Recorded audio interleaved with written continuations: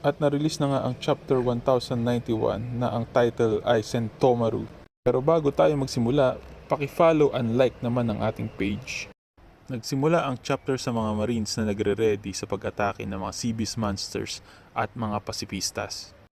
Pero umatake ng cannons ang mga Marines para mapigilan ang pag-atake ng laser ng mga pasifista. At syempre nagsimula na ring umatake ang mga sea beast monsters sa mga battleship ng mga Marines.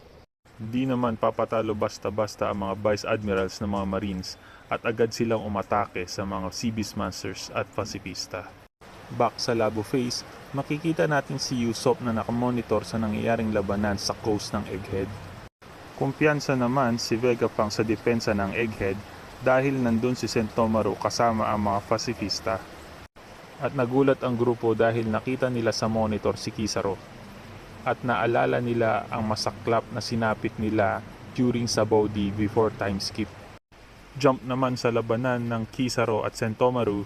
Sunod-sunod naman ang pag-atake ni Kizaru kay Sentomaru habang sinasabihan niya ito na sumuko na lang. Yasakani no mga tama. Patuloy naman ang pag-ilag at pagsalag ni Sentomaru sa mga atake ni Kizaru. Humihingi siya ng tawad kay Kizaru dahil nakipagkasundo siya kay Luffy. Na kini-question naman ni Kizaru kung bakit siya nakapagkasundo sa mga ito.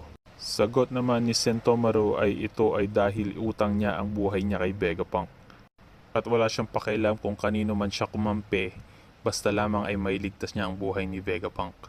Sabay ang pagwasiwas niya ng palakol kay Kizaru, ngunit naiwasan ito dahil sa kanyang ability. At pinakita ang flashback ni Sentomaru na tinalo ang mga bear na gustong umatake sa isang village. Ang scene na ito ay ang unang encounter niya with Vegapunk at Kizaru. Ang batang Sentomaru ay galit sa mga villagers dahil pinatalsik siya ng mga ito. Ang kailangan lamang daw niya ay isang trabaho na may bayad na maganda. Tinanong siya ni Vegapunk kung ano ang bibilihin niya sa pera at sumagot siyang onigiri. At pinagtawanan siya ni Kizaru dahil ang onigiri ay isang Japanese food. Napaka-cute nga daw ni Sentomaru, sabi ng present Kizaru. At ginawang bodyguard ni Vegapunk ang batang Sentomaru na ikinatuwa naman nito. Dito ay malalaman natin na ang nag-training nga kay Sentomaru ay si Kizaru. Nasabi nga ng present Kizaru ay tinuro niya ang best niya kay Sentomaru. Back to the present, mukhang nakatama na si Sentomaru ng isang tira kay Kizaru. Ngunit wag daw babaliwalain ang depensa ni Kizaru. At agad siyang kumounter ng isang napakalakas na laser na siya namang nakapagpabagsak kay Sentomaru. Naramdaman ng mga Marines sa coast ang pagsabog at nakuha na ni Kizaru ang authority chip na kayang kumontrol sa mga pasifista. At agad niyang inutusan ang mga pasifista na atakihin ang mga mecha sea monsters.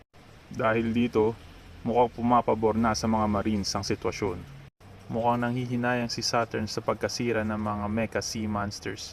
Ngunit okay na rin na ang pasifista ang maiwan na asset sa kanila. Balik ulit tayo sa Egghead. At dahil nga nakamonitor si Usopp sa baba, nakita niya ang pagkatalo ni Sentomaru. Ikinalungkot ito ni Dr. Vegapunk pero patuloy pa rin sila sa pagde-decode ng password ng Dome. Patuloy nga ang pang-aasar ni York na hindi daw nila madedecode ito dahil isa rin siyang Vegapunk. Wika ni Vegapunk na kailangan nilang mag-focus dahil anytime pwede nang dumating si Kizaru dahil kaya nito mag-penetrate sa Dome. Nagulat dito si Usopp dahil naalala niya na halos ubusin sila ni Kizaru noon. At nagsimula na ngang kumilos si Kizaru papuntang labo phase. Samantala si Vega Force 01 naman ay papunta sa kabilang side ng island at hawak-hawak si Sunny. Naramdaman ni Luffy na dumating na si Kizaru sa pamamagitan ng kanyang observation haki. Ngunit ang napansin ng mga kasama ni Luffy ay ang pagtunog ng siren. Tumunog ito dahil may nakapag-penetrate sa dome. Dito ay makikita nating nakaakyat na nga si Kizaru. Wika niya ay ang priority nga daw nila yung Power Station, Punk Record at si York. Maganda daw sana na kung pwede siyang magdagdag sa listahan ng dating kaibigan, kaso hindi pwede. Pero ang number 1 niyang priority ay ang pag-eliminate kay Vegapunk.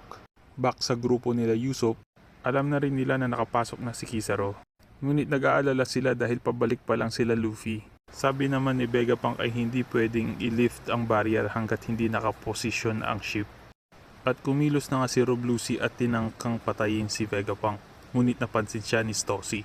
Agad na humarang si Stossy kay Vegapunk at siya ang tinamaan ng atake ni Rob Lucy.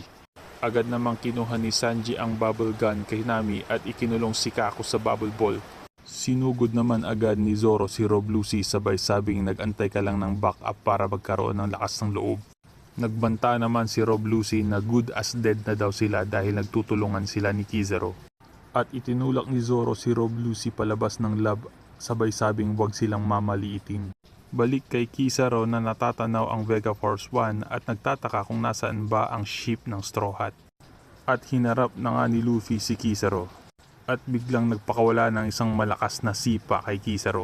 Sabay sabing we are 100 times stronger than we are 2 years ago. At nagsimula na nga ang inaabangan nating paghaharap. Abangan natin sa susunod na chapter. Peace!